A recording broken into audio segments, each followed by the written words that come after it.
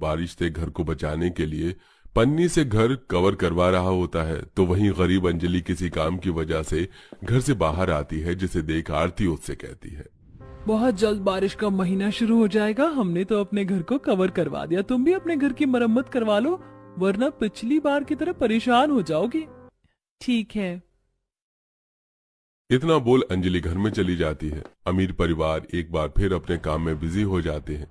देखते ही देखते पूरा दिन बीत जाता है और विनीत जब रात को सब्जियां बेचकर घर आता है तो अंजलि विनीत से कहती है, विनोद देखो ना, हमारी पड़ोसन ने अपने घर में पन्नी लगवा ली है ताकि बारिश से उसके घर में सीलन ना आए और उनके घर की सफेदी खराब ना हो। हम भी इस बार अपने छत की मरम्मत करवा लेते हैं, वरना पिछली बार की तरह परेशानी होगी। बच्चों के साथ बेड पर बैठी सुमित्रा कहती है, हाँ बेटा, एक बार छत की मरम्मत करवा लेंगे तो कुछ सालों का छुटकारा मिल जाएगा। कोशिश कर रहा हूँ, बहुत जल्द छत की मरम्मत करवा लूंगा। अमीर के पास इतना पैसा है कि वो बरसात आने से पहले ही बरसात से बचने की सारी तैयारी कर लेता है, पर गरीब इतना गरीब होता है कि सोचते सोचते बरसात का मौसम आ जाता है और वो कुछ नहीं कर पाते। फिर एक दिन अमीर परिवार जब घर में टीवी देख रहा होता है तो अचानक से बारिश शुरू हो जाती है और राजू भाग के खिड़की से बारिश को देखने लगता है। पापा देखो ना, बाहर कितनी अच्छी बारिश हो रही, मुझे भी बारिश में नहाना है। आरती देखो ना, बच्चे नहाने की कितनी जिद कर रहे हैं। मैं उन्हें छत पर ले जाता हूँ, जब तक तुम बारिश में गर्मा गर्म पकौड़े बना लो।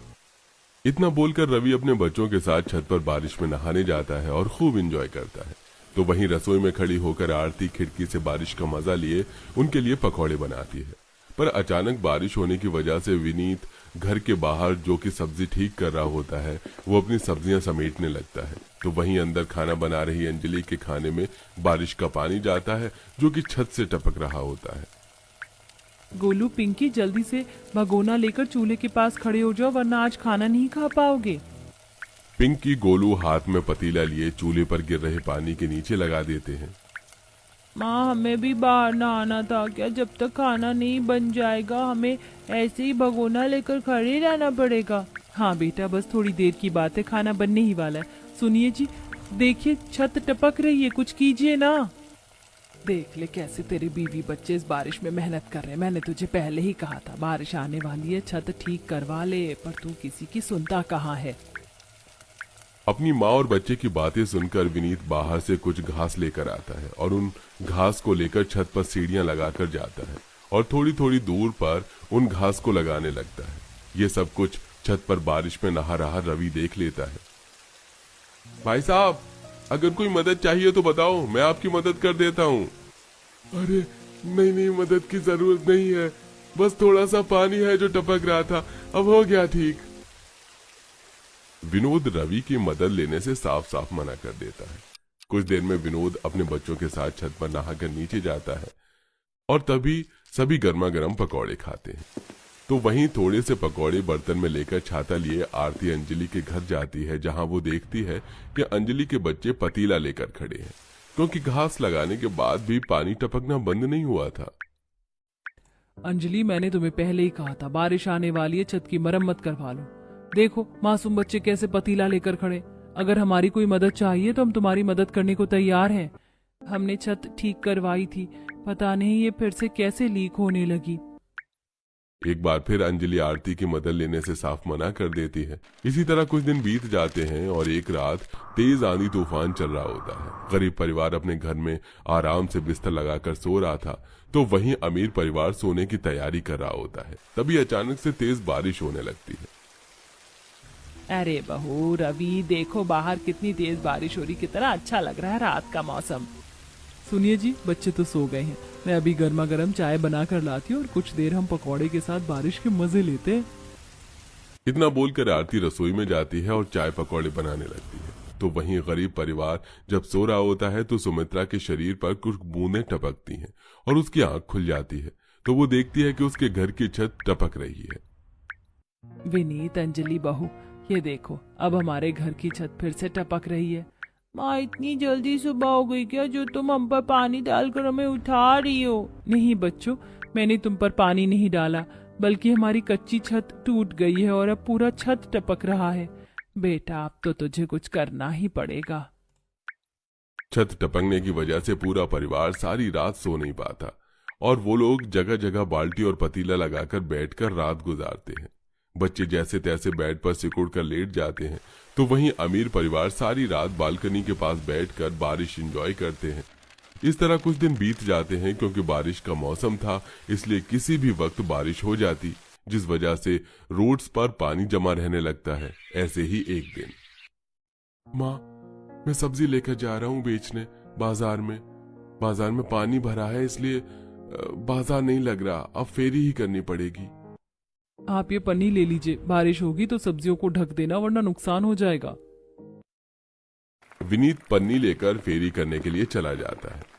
देखते ही देखते शाम हो जाती है और जब वो शाम को घर आने लगता है तो अचानक से बारिश होने लगती है, जिस वजह से विनीत सब्जियों पर पन्नी डालकर एक साइड में सब्जी का ठेला लेकर खड़ा हो जाता है और खुद के सिर पर भी पन्नी लगा लेता है। तभी पास से बारिश में गुजर रही रवि की कार उसके पास रुकती है। वो विनीत को बारिश में खड़ा देख उससे कहता है, विनीत बहुत तेज बारिश हो रही है, तुम मेरा छाता ले लो या फिर मेरे साथ घर चलो। नहीं मैं ठीक हूँ, और वैसे भी मुझे सब्जी लेकर घर जाना है, अगर आपके साथ गया तो सब्जी कौन लेकर आएगा। एक बार फिर विनीत रवि की मदद लेने से मना कर देता है। रवि के पास खुद की गाड़ी थी, इसलिए वो तेज बारिश में भी आराम से घर पहुंचता है। तो वहीं कुछ देर विनीत बारिश रुकने का इंतजार करता है। जैसे ही बारिश रुकती है वो रोड पर भरे पानी में अपना सब्जी का ठेला लेकर घर आता है। समय गुजरता है और एक दिन वो बड़ी सी पन्नी लेकर घर जाता है। क्योंकि उस दिन बारिश नहीं हो रही थी, तो वो अपनी बीवी के साथ मिलकर अपनी छत पर पन्नी लगाता है। अब हमारे घर की छत से पानी नहीं टपकेगा। हाँ बेटा, और अब जब बारिश होगी तो हम भी आराम से सो सकेंगे और खाना खा सकेंगे। ये देख विनीत का परिवार काफी खुश होता है, पर उनकी खुशी ज्यादा दिन नहीं टिकती और एक बार फिर तेज आंधी तूफान चलती है और उनकी पन्नी फट जाती है। आधी फटी हुई पन्नी का हिस्सा आंधी तूफान में उड़ जाता है। तो वहीं कुछ ही देर में बारिश शुरू हो जाती है। खिड़की पर खड़ी राधा कहती है, पापा देखो ना बाहर कितनी अच्छी बारिश हो रही है, आज कुछ बाहर से खाना मंगवा कर खाएं क्या। हाँ रवि, आज कुछ बाहर से मंगवा लेते हैं, बेचारी बहू इस बारिश के मजे नहीं ले पाती, वो बेचारी खाना बनाने में ही लगी रह जाती है। आज बहू भी हमारे साथ बैठकर खाना एंजॉय कर लेगी। अपने माँ और बच्चों के कहने पर रवि आज खाना बाहर से ऑर्डर करता है। तो वहीं तेज बारिश होने की वजह से न सिर्फ घर में सीलन और छत टपकती है, बल्कि आज विनीत के घर में रोड का पानी भी आने लगता है। अब हम क्या करें, इस बारिश में कैसे अपने दिन काटें? अरे भैया, तुम तो पूरे गीले हो गए, बारिश रुक जाती तब खाना लेकर जाते। सर, सब आप जैसे अच्छे नहीं होते, और अगर मैं बारिश रुकने का इंतजार करूंगा तो अपना घर कैसे चलाऊंगा। डिलीवरी करके ही तो मेरा घर चल पा रहा है, मेरी अगली डिलीवरी भी है, अब जल्दी से खाना ले लीजिए।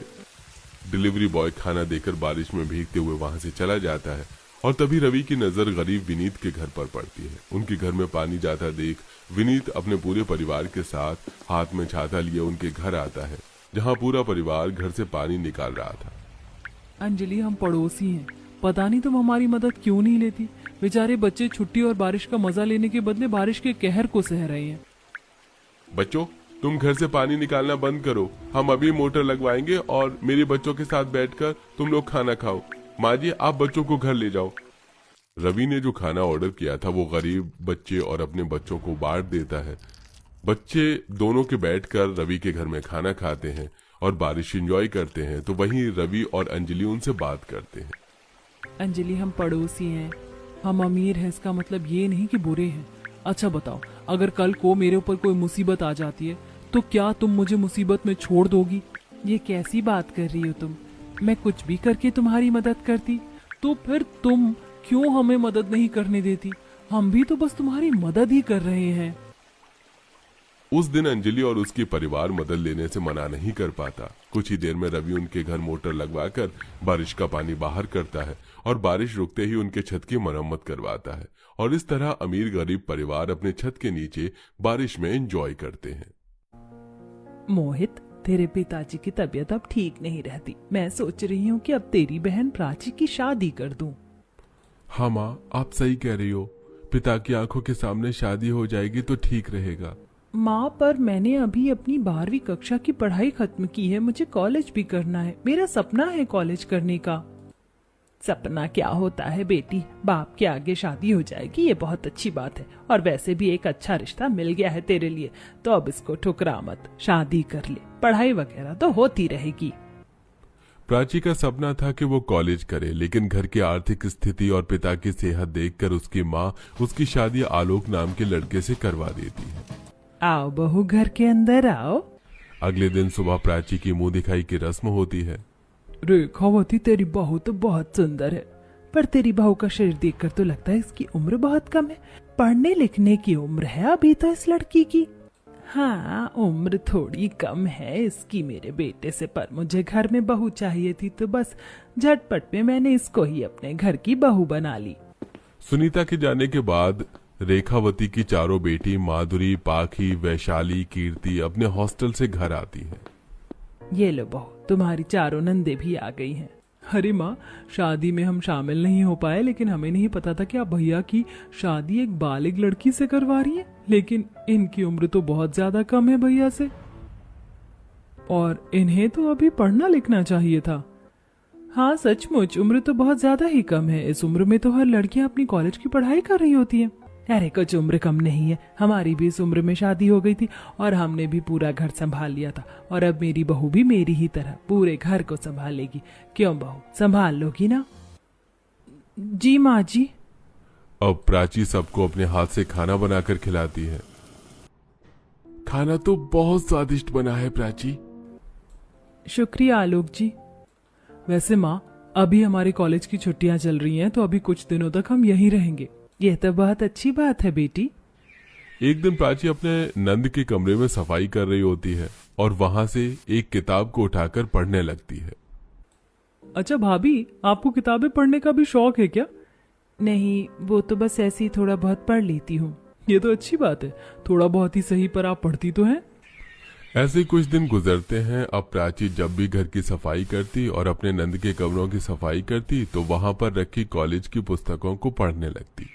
एक दिन प्राची कॉलेज की पुस्तक को उठाकर हॉल में बैठकर पढ़ रही थी कि तभी वहां पर उसकी चारों नंद उसके हाथ से किताब लेते हुए कहती हैं, अरे बाप रे, इतनी डिफिकल्ट बुक पढ़ रही हो मेरी भाभी, कुछ पूछूं इसमें से, बता पाओगी? जी पूछिए। अच्छा तो बताइए, what is the law of demand? इसका उत्तर है, the law of demand states that as the price of a good or service increases. बाप रे भाभी, एक झटके में आपने एकदम करेक्ट आंसर दे दिया। इस आंसर को याद करने में तो मुझे पता नहीं कितना टाइम लग गया था। आप तो बहुत इंटेलिजेंट है। फिर आपने अपनी आगे की पढ़ाई क्यों नहीं की? कॉलेज में एडमिशन क्यों नहीं लिया?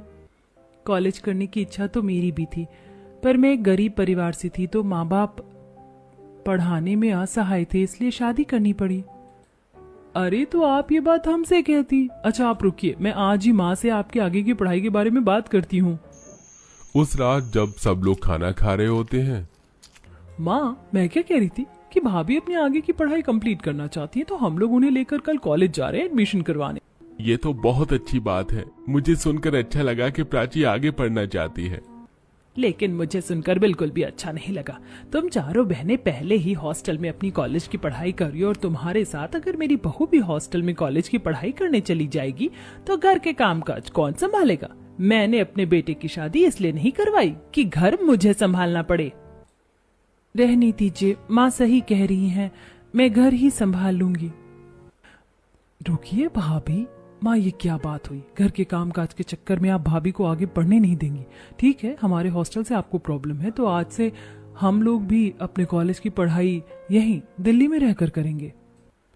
हाँ माँ, और घर के कामकाज भी हम मिल बांट के कर लेंगे। कुछ काम हम कॉलेज जाने से पहले और कुछ काम हम कॉलेज से आने के बाद कर लेंगे। इससे आपको ज्यादा दिक्कत नहीं होगी। ठीक है, अगर ऐसा है तो फिर करवा दो बहू का कॉलेज में एडमिशन। अब दिल्ली यूनिवर्सिटी में प्राची की चारों नंद अपनी गरीब भाभी का ऑनलाइन एडमिशन करवाती हैं। अगले दिन सुबह प्राची कॉलेज के लिए रेडी होती है। भाभी आज आपके कॉलेज का पहला दिन है, खुश तो हो ना? जी नंद जी, मैं बहुत खुश हूँ। पांचों नंद अपनी गरीब भाभी को लेकर घर से कॉलेज के लिए निकलती हैं। अरे बाप रे बाप, अब घर की बहुएं भी कॉलेज जाएंगी क्या? बेटियां हॉस्टल में पढ़ रही थी, ये कम था? आपको क्या दिक्कत है आंटी? आप अपने घर में देखिए ना, आपकी बहू बेटी क्या कर रही है। चलो भाभी, आज आपके कॉलेज का पहला दिन है, आप फालतू लोगों की बातें मत सुनो। कॉलेज में आकर प्राची अपना आइडेंटिटी कार्ड सिक्योरिटी गार्ड के हाथ में देती है। उम्र तो बहुत ज्यादा ही कम है तुम्हारी और शादी भी हो गई, लेकिन अगर पढ़ना लिखना ही था तो पहले अपनी कॉलेज की पढ़ाई खत्म करती ना, शादी क्यों की? एक्सक्यूज मी, आज इनका कॉलेज में पहला दिन है और मैं नहीं चाहती कि आप अपने एम्बेरस वर्ड के साथ उन्हें ऑकवर्ड फील कराएं, और वैसे भी पढ़ने लिखने की कोई उम्र नहीं होती। चलिए भाभी, कॉलेज के अंदर चलिए। अब प्राची को लेकर उसकी चारों नंद क्लास के अंदर आती हैं, जहां क्लास टीचर अटेंडेंस ले रही होती है। श्रीमती प्राची? Present ma'am. आप हो श्रीमती प्राची? मुझे तो लगा कि कोई एजेड लड़की होगी, लेकिन तुम्हारी उम्र तो बहुत कम है, इतनी जल्दी शादी क्यों कर ली? वो मैं सॉरी मैम, आपकी क्वेश्चन का आंसर कर रही हूँ, बट ये उनका पर्सनल मैटर है, तो आप इस पर क्वेश्चन मत कीजिए। वो नर्वस हो रही हैं और आज उनका पहला दिन है कॉलेज में। Okay sorry. टीचर के चले जाने के बाद प्राची अपने डेस्क पर बैठकर नोट्स बना रही होती है कि तभी वहां पर श्रुति नाम की लड़की आकर प्राची के हाथ से नोट्स छीनकर हवा में उड़ा देती है। ओहो, तब ये शादीशुदा आंटी भी हमारे साथ बैठकर क्लास लेंगी। मेरे नोट से दे दो पाखी माधुरी। श्रुति, तुम्हारी हिम्मत कैसे हुई न्यू स्टूडेंट के साथ ऐसे बिहेव करने की? अभी के अभी नोट्स यहाँ पर रखो, नहीं तो मैं प्रोफेसर से तुम्हारी टीजिंग करने की कंप्लेंट करूंगी। ये पकड़ो अपने नोट्स, मुझे कोई शौक नहीं है इस आंटी के नोट्स लेने की। अब कुछ देर बाद चारों नंद अपनी भाभी के साथ कॉलेज की कैंटीन में आती हैं, जहां प्राची एक बहुत बड़ा लंच बॉक्स का डिब्बा निकालती है। इतना बड़ा लंच बॉक्स का डिब्बा? अरे अपने साथ साथ पूरे कॉलेज के स्टूडेंट्स को लंच करवाने वाली हो क्या? Shut up Mohan, behave yourself. Sorry. Lunch खत्म करके प्राची क्लास के अंदर जा रही होती है कि तभी पीछे से कुछ लड़के उसको छेड़ने लगते हैं। अरे देख, क्या कंटाप माल आई है कॉलेज में। प्राची पीछे मुड़ती है कि अरे बाप रे, ये तो शादीशुदा है। अरे शादी करके अपने पति का घर बसाना था ना, यहाँ कॉलेज क्या करने आई हो? Be in your limits Ram. अगर तुम्हारी सिस्टर शादी के बाद कॉलेज जाती तो क्या उसको भी तुम ऐसे ही टॉन्ट मारते? Sorry, I am really sorry, मुझे माफ कर दो। अब कॉलेज से चारों नंद अपनी भाभी को लेकर घर आती हैं, फिर मिलकर घर के कामों को संभालती हैं। कुछ देर बाद सभी लोग खाना पीना खाने के लिए टेबल पर बैठते हैं। तुम लोगों को पता भी है मोहल्ले के लोग कैसी कैसी बातें बना रहे हैं बहू के कॉलेज जाने से। माँ, मोहल्ले की बातों पर आप इतना ध्यान ही क्यों देती हैं? 4 लोगों का काम है 4 तरह की बातें बनाना। अगर मेरी वजह से बदनामी हो रही है तो मैं नहीं जाऊंगी कॉलेज। नहीं भाभी, आप ऐसा नहीं करोगी और कोई बदनामी भी नहीं हो रही। आप सिर्फ अपनी पढ़ाई पर ध्यान दो, बाकी की चीज हम संभाल लेंगे। अब चारों नंद मिलकर अपनी गरीब भाभी की पढ़ाई लिखाई में उसकी मदद करती थी। ऐसे ही कुछ दिन गुजरते हैं और कॉलेज की परीक्षाएं शुरू हो जाती हैं और दिन रात मेहनत करके प्राची अपने कॉलेज के इकोनॉमिक्स कोर्स में टॉप करती है। कांग्रेचुलेशंस प्राची, तुमने कॉलेज में टॉप किया है इकोनॉमिक्स में, और कॉलेज की तरफ से तुम्हें एक जॉब भी ऑफर हुई है मल्टीनेशनल कंपनी में।